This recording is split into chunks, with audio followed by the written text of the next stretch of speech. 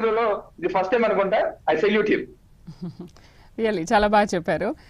వీరేశేఖర్ గారు నమస్తే అండి. నమస్తే. నమస్తే మేడం. ఇవాళ ఆత్మీయ కలయికతో కార్మికులతో కూర్చొని ఆత్మీయ కలయిక సమావేశం నిర్వహించారు. నిజంగా ఆయన ఇవాళ మనసున్న మహారాజు అనే మాటని 100% ఇవాళ అనిపించుకున్నారు అని అనుకోవాలా మనం. ఎందుకంటే నిజంగా శ్రామికులే లేకపోతే కనుక ఈ దేశ నిర్మాణమే లేదు. అసలు డిగ్నిటీ ఆఫ్ లేబర్ గురించి మీరేమంటారు? ఖచ్చితంగా మేడే మీ అందరికి మనందరికీ కూడా, అలాగే శ్రామికులందరికీ ఈ మేడే శుభాకాంక్షలు. అలాగే చాలా మంది రాజకీయ నాయకులు మేడే సందర్భంగా కానీ ఇతర కార్మికుల్ని ఉపోద్ఘించే సందర్భంలో కానీ వాళ్ళని తమ సొంతం చేసుకోవాలనే ఉద్దేశంతో మాట్లాడే మాటలు. కానీ పవన్ కళ్యాణ్ గారిని మనం చూస్తున్నాం. మొట్టమొదటి నుంచి ఈయన ఒక డిఫరెంట్ గా భిన్నమైన రాజకీయం చేస్తాం.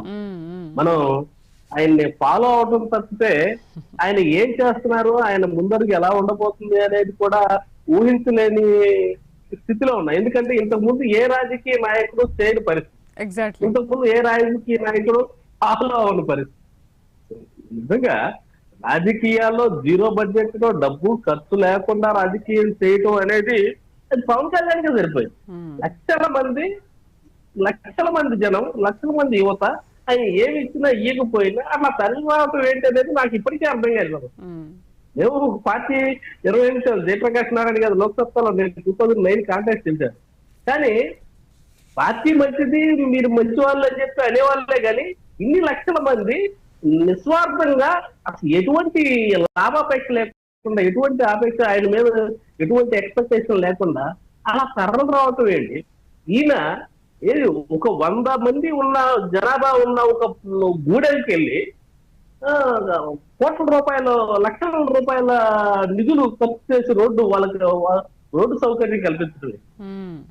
ఆయన అసలు ఎక్స్పెక్టేషన్ కి అందరి పరిస్థితుల్లో ఉన్నాడని చెప్పి మనం చెప్పుకోవచ్చు. ఇది దేశ రాజకీయాల్లోనే ఈయనకు ఒక గుర్తింపు అనేది వస్తుంది. చరిత్ర పుటల్లో ఈయనకు గుర్తింపు వస్తుంది. కానీ ఈయన ఫాలో అవ్వాల్సిన పరిస్థితి మిగిలిన రాజకీయ పార్టీలకి ఉంది అని చెప్పి ప్రజలందరూ అనుకుంటారు. నేను అనుకోవడం చాలా డిబేట్ లో చాలా చోట్ల చూసాము. ఇది అనుసరణీయమే. పవన్ కళ్యాణ్ ని అనుసరించడం తప్ప వేరే ఆయన్ని హర్షించే విషయం కానీ లేకపోతే ఆయన గురించి వేరే విధంగా మాట్లాడే పరిస్థితి కానీ ఏ రాజకీయ నాయకుడికి కానీ ఏ రాజకీయ పార్టీకి లేదు అని చెప్పి మనం చెప్తాం. పశుపక్షాదుల గురించి ఆలోచించిన, నిజంగా మోగజీవాల గురించి ఆలోచించిన అసలు ఏ మినిస్టర్ ఉన్నాడు, ఏ రాజకీయ నాయకుడు ఉన్నాడు అనేది ఇంతవరకు లేదు. 67 కోట్లు, సుమారు 67-70 కోట్లు ఖర్చు పెట్టి ఎప్పుడో మనం చరిత్రలో చిన్నప్పటి నుంచి పుస్తకాల్లో చదువుకుంటాం. అశోక్ బాబు చెరువులు తవ్వించడం ఇవని.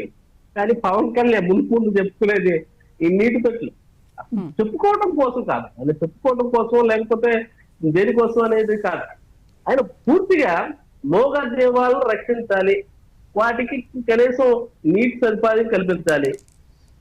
స్వతంత్రం వచ్చి 70-75 ఏళ్ళు ఇన్ని సంవత్సరాలు అయినా కనీసం కొన్ని గ్రామాల్లో నీరు ప్రజలకు తాగునీరు అందే పరిస్థితి లేదు. అట్లాంటిది అయినా అట్లాంటిది పశుపక్షాదుల గురించి కూడా ఆలోచించిన ఒక మంత్రి ఉన్నాడు అంటే, ఒక రాజకీయ నాయకుడు ఉన్నాడంటే ఈయన చరిత్రను తిరగరాయడానికి వచ్చాడని చెప్పి మనకు అనిపిస్తా ఉంది.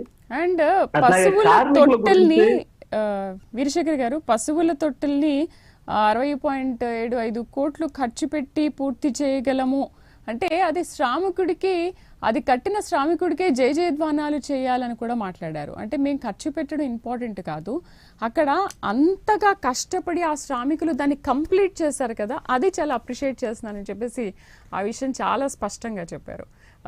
ఎవరు చెప్తారు చెప్పండి? నిజంగా అట్లాంటి శ్రామికులకి జయజయధ్వానాలు ఎవరు చేస్తారు? వెళ్తా శ్రీశైలం వనంలో ఏదో క్యాంప్ లేకపోతే ఈ సమ్మర్ లో వెళ్తా ఒక వాటర్ బాటిల్ నీళ్ళు తీసుకొని ఒక చిన్న దాంట్లో పోసి అక్కడ పెట్టి పశువులకు పెట్టి అది వీడియో చేసి పెడితేనే మనం ఎంతో మందిని దాన్ని వాళ్ళని అప్రిషియేట్ చేస్తున్నాం. ఎందుకంటే ఆ పశువులకి అక్కడ వాటర్ లేని పరిస్థితి, సమ్మర్ లో చాలా దారుణమైన పరిస్థితి ఎదుర్కొంటుంది. అట్లాంటిది 67, నాకు తెలిసి దాదాపు 67 కోట్ల 67 కోట్ల చిల్లర ఈ నీటి తొట్టులకి ఖర్చు పెట్టి 15,000 నీటి తొట్టులకి 67 కోట్లు దాదాపు ఖర్చు పెట్టినట్టున్నారు. ఖర్చు పెట్టి ఇంత చేయటం అనేది నిజంగా అసలు ఆయన ఏ జన్మలో చేసుకున్న పుణ్యం అని చెప్పి అనుకోవచ్చు. ఆయన చూస్తే జలసీ వేస్తుంది అని చెప్పి అనుకుంది. అది ఎంతో మంది ఇలా సమాజ సేవ చేసే వాళ్ళందరికీ ఆయన స్ఫూర్తిదాయకం అని చెప్పి చెప్పుకోవచ్చు. రాజకీయాల్లో ఇలాంటి నాయకుడు, ఇలాంటి రాజకీయం కావాలని చెప్పి ప్రజలందరూ కోరుకునే విధంగా పవన్ కళ్యాణ్ గారు ఉన్నారని చెప్పి మనందరం చెప్పుకోవాల్సిన పరిస్థితి ఏర్పడింది అని చెప్పి. రైట్. మనతో పాటు జనసేన అధికార ప్రతినిధి